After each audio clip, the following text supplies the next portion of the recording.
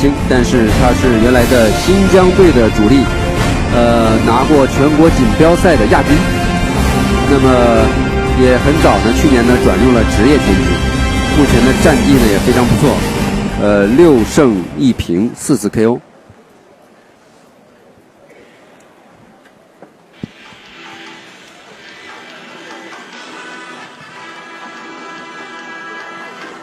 祖利皮卡尔要比对手小5岁啊。是的，很年轻。对，那么他的对手要是从战绩上来说也是挺好的啊。对，经验比较丰富。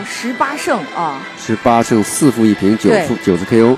那么这个职业赛的经验呢，是比祖利皮卡尔要丰富得多的。这场比赛，首先要缓解一下这个民众的气氛，因为要介绍一下这场比赛的双方。这是一场10个回合超重量级168磅的比赛。蓝角是来自坦桑尼亚的托马斯·马沙里 （Thomas Mashali）。26岁的他，身高和臂展都是183公分。他曾经拥有 UBO 世界金腰带，是一位技术全面、经验丰富的拳手。红角是来自新疆的权力联盟偶像级选手 Zulfikar Mamatali。凭借着在权力联盟中出色的表现，他已经登上过澳门和王者归来之战的赛场。今天将是他职业生涯的第1场金腰带争夺战。本场比赛的主裁是丹瑞克斯·塔夫达塞，边裁是索拉图·索伊夸昌、索旺塔维昆以及麦肯苏曼。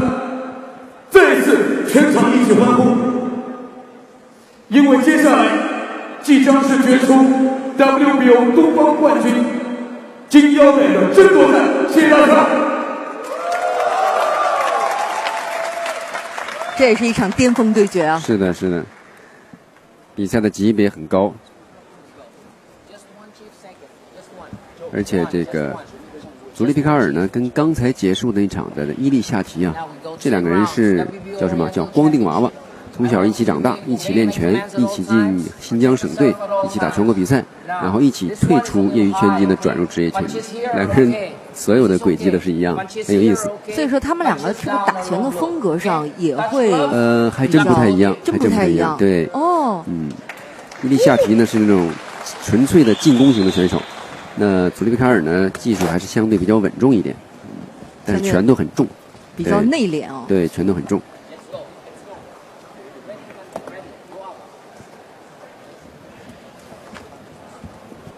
比赛马上就要开始了，这是一场10回合的较量。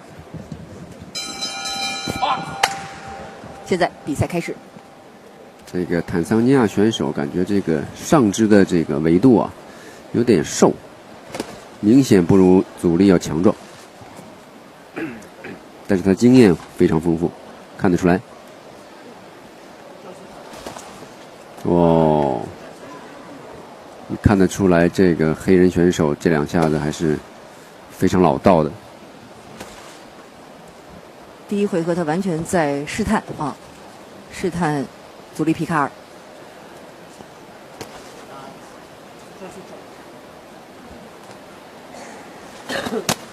哦，漂亮，漂亮！刚才祖利一个前手的平勾拳打中了对手。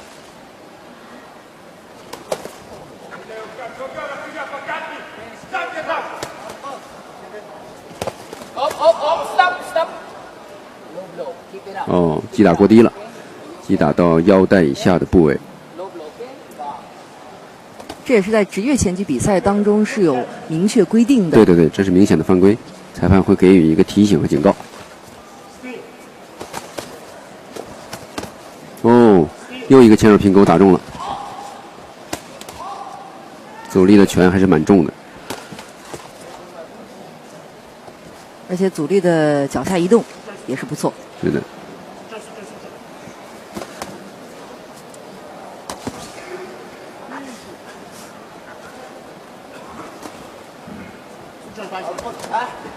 能感觉到在第1个回合他俩一直在试探，因为这毕竟是一个10个回合的比赛。对，两个人都不着急。你来我往，你一拳我一拳。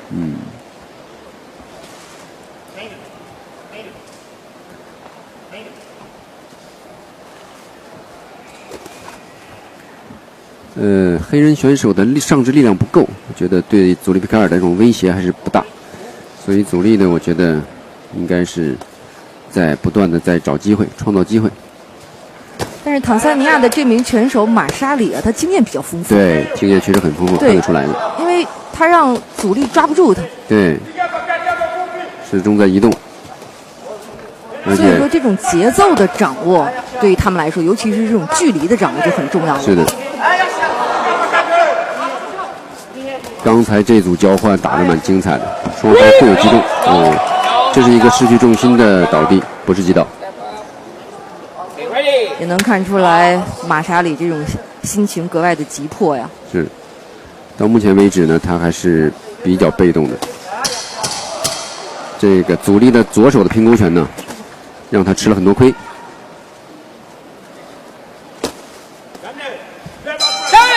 第一回合结束。第一个回合，祖利呢还是有一定的优势的。祖利左手的平勾拳可能在第2回合、第3个回合连续的使用，除非是对方马沙里啊，他找到了一个解决的办法。如果找不到的话，那么祖利就会占据明显的优势。对，而且很有可能被重击，被祖利皮卡尔击倒。他的平勾拳的威力还是非常强的。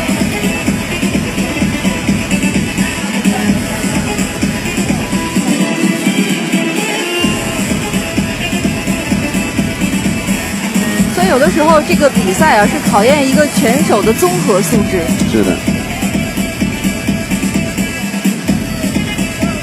我们来看看第一个回合，两个拳手精彩的回放。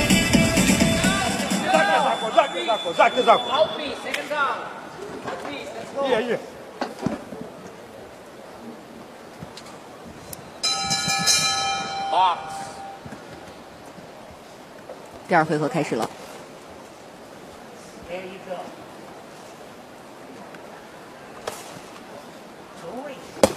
哇，这拳很重，但是没有打准。主力的上身移动啊，也是比较灵活的。是的，能看出来他的基本功还是很好的。对，基本功整个技术体系呢还是比较全面的。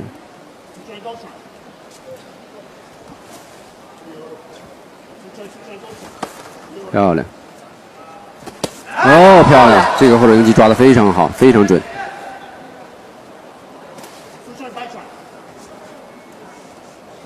刺拳不停的试探啊，然后再来个后手迎击。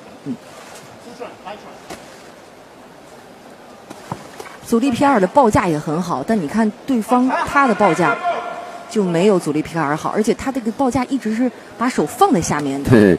因为他身高臂展有优势，另外移动也比较好，所以呢，他会凭借这种距离的控制来进行防守。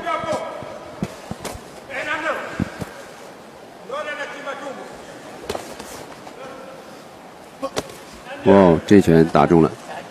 刚才是一次偷袭啊！对。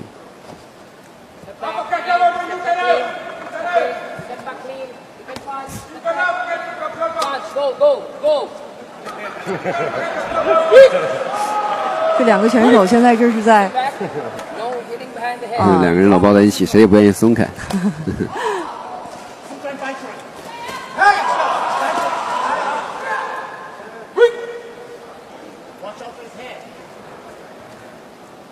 这是一场10回合的比赛啊，所以说这对于他们的体能啊是一个巨大的考验，因为毕竟现在才来到第2个回合。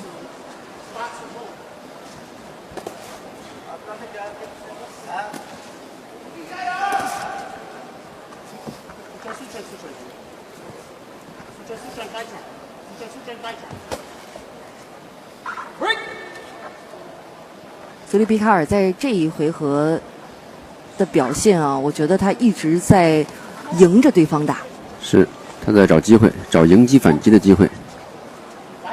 因为祖利呢跟伊利夏提不一样，他的这个不是连续进攻型的选手，他是找单拳的这个重击的机会的选手。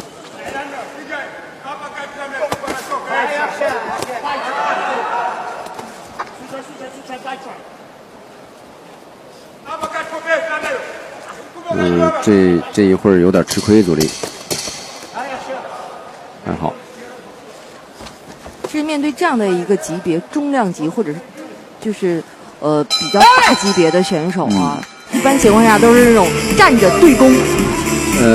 多数是这样的，因为随着体重级别的增大呢，过多的脚下移动呢，这个对体能的消耗太大了。对，这个不是一般的选手能做得到的。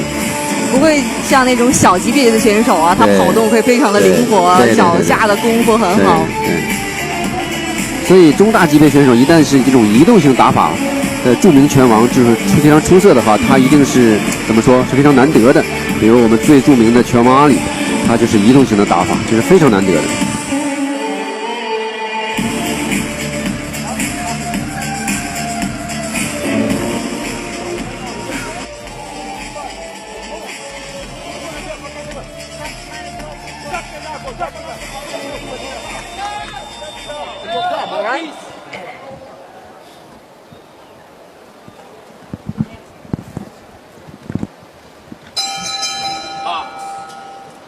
现在来到了第3回合，对于这样的一种，对于这样的拳手来说啊，他们在比赛过程当中重心的移动就显得格外重要了。是的，这个重心的控制、重心的移动是一个很核心的一个技术的一个要素。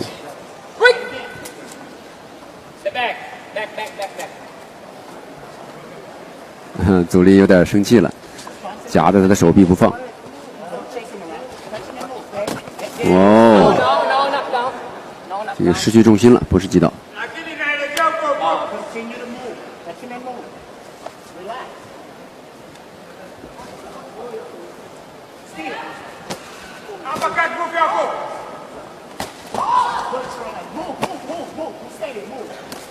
漂亮。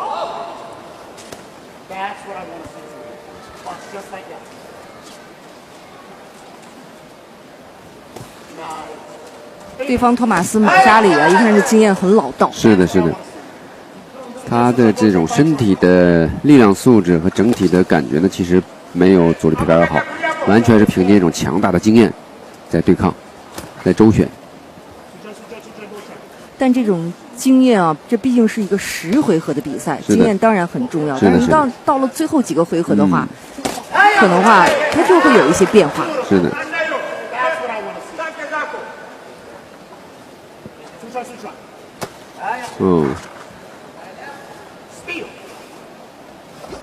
漂亮，漂亮，每一拳都是两个人刚才互有击中，是的。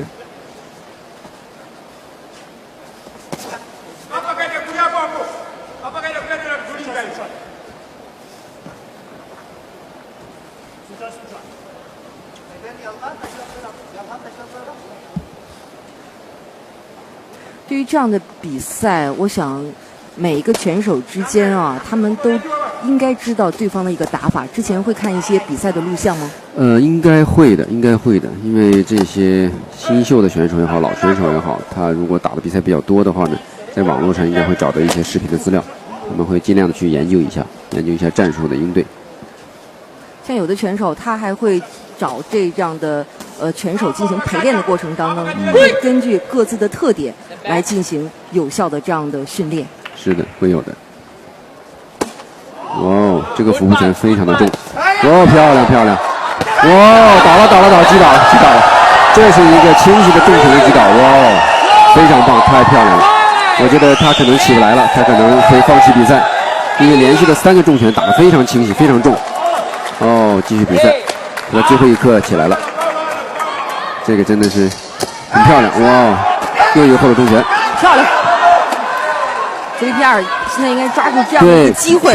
对，主力现在比赛结束了，没有时间了。如果再有30秒的时间，有可能会再次的击倒。是的，是的。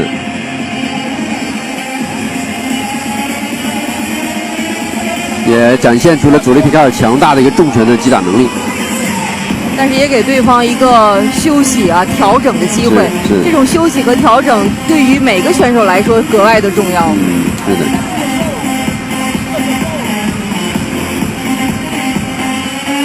我们来看一下慢动作。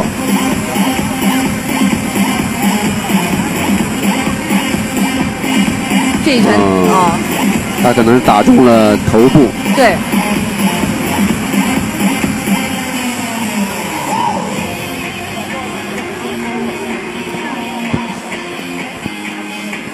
在通过镜头我们看到这个佐利皮卡尔啊，他的状态还是不错的。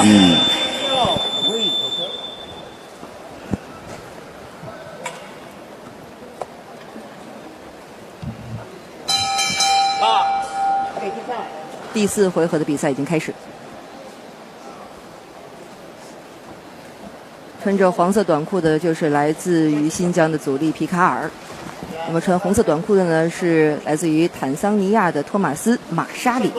那么他们将会进行10个回合的超重量级的168磅的一个比赛，那么也将会决出一条金腰带，是 WBO 东方金腰带。所以说这条金腰带的分量很足啊。接下来佐利可能会继续寻找机会重创对手，因为他已经验证过了，我的重拳足以击倒你。他就会刚才佐利挨了几个，吃了几拳。漂亮！又倒了太漂亮了！黑人选手呢是想通过一轮猛烈的进攻呢打垮佐利，结果没想到佐利的拳还是比他要重得多，结果一个迎击呢他就倒下了。是的，那么现在对于马沙里来说啊，这个心里已经完全不占优势了。他不想打了，裁判终止了比赛，恭喜佐利皮卡尔！这是一次 KO 胜，非常漂亮，非常精彩的比赛。这场比赛的胜利，换而言之，他就应该拿走这条 WBO 东方冠军洲际金腰带。他现在又走向了他的对手，来自坦桑尼亚的 Thomas Mashali。精彩的比赛，我们的 Mashali 2次倒地以后都是在15秒的时候，等到8秒突然站起来。相信他是因为想继续比赛，而且能够获得更多的可以休息的时间。但是第2次被击倒以后，我们的主裁为了他的安全，而且觉得比赛不能够继续打下去了，就终止了比赛。只是应该只是第5回合。今天佐利的他整个的表现来说啊，还是非常好的，而且在打的这个过程当中啊，既有这种进攻，同时呢还有偷袭啊，看到对方的时候，他也会主动的迎击。对。第4回合。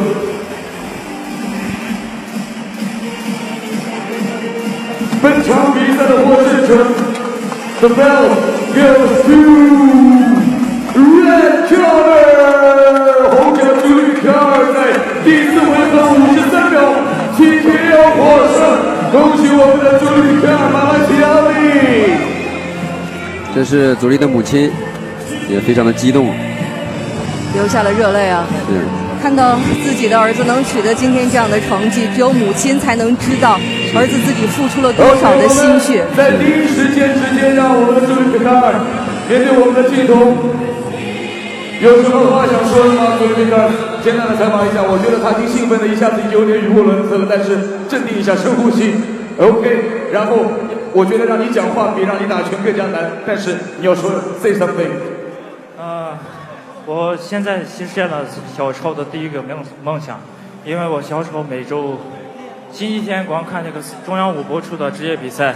我爸爸也是拳击教练，我从小的梦想就是成为世界拳王，当一个世界上最好的一个拳手。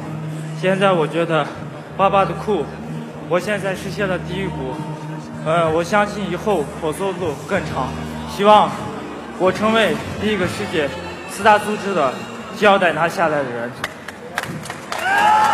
也希望佐利皮卡尔的这个梦想能够早日实现。世界冠军，现在他离世界冠军、世界金腰带又近了一步。今天是一小步，但是希望明天能够走出更大的一步。再次让掌声给我们 WBO 的东方洲际冠军金腰带的得主，我们的佐利皮卡尔的加里，好吗？再次欢呼声，谢谢。再次恭喜佐利皮卡尔获得了这条实至名归的金腰带。这也是他的第1条洲际的金腰带。